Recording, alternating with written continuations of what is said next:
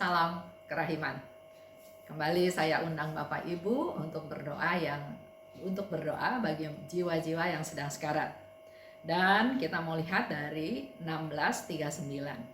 Jadi kalau kita ikuti berhari-hari ya, begitu banyak dalam Diary Faustina yang mengajak kita untuk berdoa buat mereka yang sedang sekarat.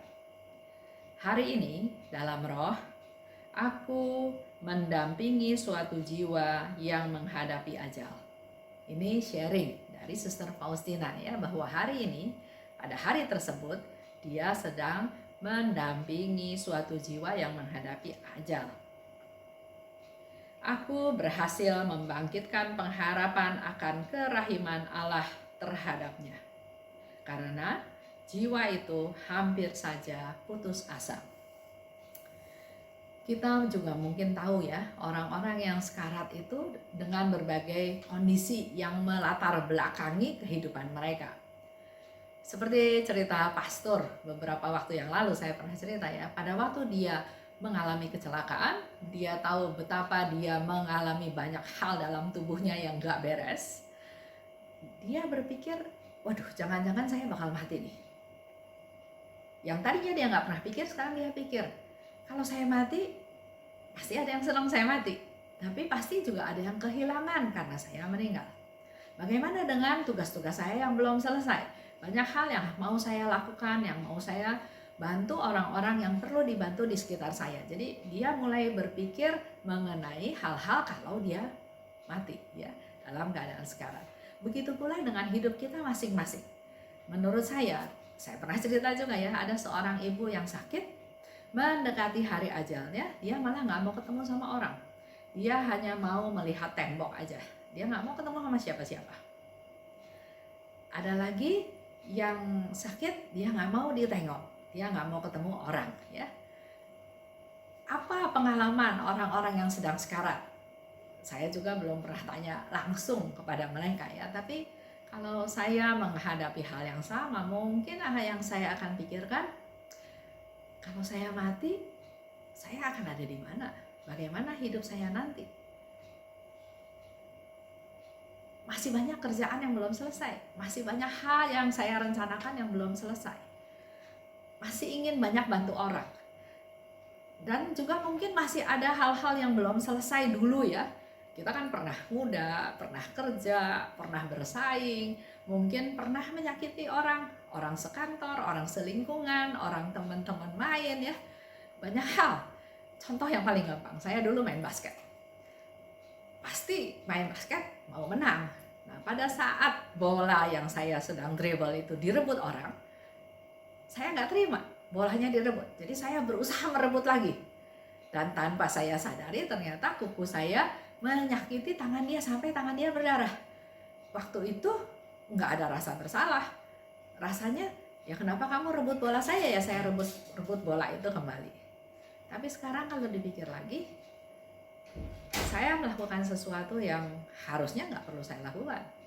Dalam permainan ya bola memang harus direbut, memang bola bisa direbut, kita jaganya kurang hati-hati ya. Tapi ya itulah yang terjadi. Waktu itu melakukan tidak merasa bersalah, tapi sekarang merasa saya keterlaluan. Saya melakukan hal yang sebetulnya tidak perlu dilakukan. Nah, hal-hal seperti itu kan menurut saya harusnya diberesin ya. Pernah satu kali ketemu juga sama seorang teman, sudah sekian puluh tahun yang lalu ketemu di rumah duka. Tiba-tiba dia datang ke saya dalam keadaan sehat. Dia bilang, Wester, saya minta maaf ya atas segala kesalahan saya dulu. Saya kaget, saya surprise, saya heran karena orang ini begitu arogan, begitu merasa paling betul, merasa paling pinter. Kok tiba-tiba dia bisa datang minta maaf? Waduh, luar biasa. Saya mungkin belum bisa seperti itu. Akhirnya ngobrol dan akhirnya dia bercerita memang mindset hidupnya dia berubah. Tadinya dia hura-hura ya, pokoknya pamer kekayaan, pamer kecantikannya, pamer keberadaannya. Tapi pada waktu saya ketemu dia lagi, dia sudah pakai jilbab ya. Tampilannya sudah dengan penuh keibuan, dengan senyum, sudah tidak arogan, tidak menggebu-gebu lagi. Ya, menurut saya dia sudah mulai masuk ke tahapan yang lebih besar seperti yang Tuhan mau, bukan kejar duniawi lagi, bukan prestasi, bukan komisi, bukan pangkat, bukan kehebatan, bukan nama besar, enggak. Dia bisa datang, dia bisa meminta maaf atas segala kesalahan-kesalahan yang mungkin dulu dia pernah buat. Nah, kita kembali lagi ke cerita. Kenapa dikatakan oleh Suster Faustina yang sudah hampir putus asa? Karena mungkin saja ada orang-orang yang dalam keadaan sekarat, dia sudah putus asa. Sama seperti kalau kita ingat cerita Yudas. Yudas itu putus asa karena uang yang dia pakai, yang dia dapat untuk menjual Yesus, dia mau kembalikan. Si imam-imam kepala nggak mau terima. Dia menyesal menjual Yesus, terus bagaimana ini? Dia putus asa. Akhirnya dia gantung diri, tidak punya pengharapan. Nah, di sini Suster Faustina bilang, dengan dia mendampingi orang yang sedang sekarat, ternyata orang yang tadinya sudah hampir putus asa jadi punya pengharapan. Dia tahu Tuhan itu maha baik, Tuhan itu maha pengampun, Tuhan itu maha kasih. Walaupun mungkin dosa dia sebesar apapun, seberat apapun, sehitam apapun, tapi dia sudah mulai punya pengharapan bahwa Tuhan yang maha kuasa punya kuasa jauh lebih besar daripada dosa-dosa yang dia buat. Misalnya ya. Jadi kita coba ingat-ingat mereka yang kembali lagi ya, yang tidak punya pengharapan. Contohnya mereka yang bunuh diri. Biasanya orang yang bunuh diri itu karena mereka udah putus asa, mereka nggak punya pengharapan. Baru-baru beberapa minggu yang lalu saya dengar ya, ada seorang gadis, anak sekolah, SMP atau SMA, dia bunuh diri hanya karena dia nggak bisa mengatasi rasa gatal di tubuhnya, penyakit gatal-gatal di tubuhnya. Sampai begitu putus asanya ya, dia menghadapi penyakit tersebut. Contoh lagi, ada yang hamil di luar nikah pasti, disuruh gugurkan. Dia nggak mau gugurkan karena itu membunuh manusia, membunuh jabang bayinya ya, membunuh bayinya. Tapi pacarnya nggak mau bayi itu, memaksa dia untuk menggugurkan kandungannya.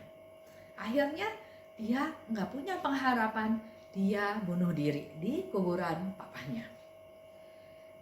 Kenapa? Karena mungkin dia merasa malu, kecewa, nggak mungkin dia bisa mengatasi masalah yang dia hadapi. Nggak ada jalan keluar. Akhirnya dia putus asa dan bunuh diri. Ada juga orang yang utangnya banyak. Kita pernah tahu juga ya, karena utangnya begitu banyak, apalagi sekarang banyak judi online. Begitu besar utangnya, dia nggak bisa bayar, dia juga nggak tahu gimana cara bayar utangnya. Akhirnya ambil jalan pintas, bunuh diri. Atau dikhianati, kita sering dengar kalau itu ya, dikhianati oleh suaminya, nggak terima, bunuh diri.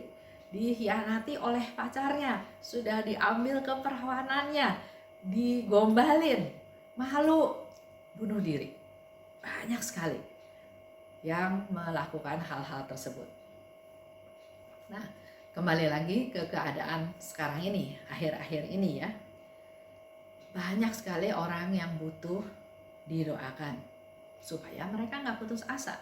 Mungkin dalam keadaan ekonomi yang morat-marit, dalam keadaan kesehatan, dalam keadaan kehilangan begitu banyak anggota keluarga karena kena COVID dan meninggal.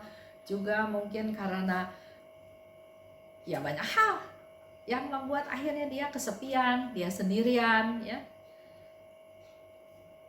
Orang-orang itu perlu didoakan. Kita memang nggak kenal, tapi mari kita persembahkan doa koronka untuk membuat mereka yang tidak punya pengharapan akhirnya punya pengharapan lagi.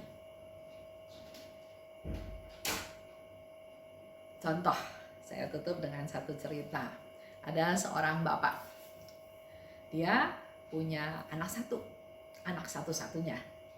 Tapi ternyata tanpa dia sadari, anak ini bergaul dengan orang lain yang beragama lain, dan ternyata menurut papahnya anak ini kena guna-guna.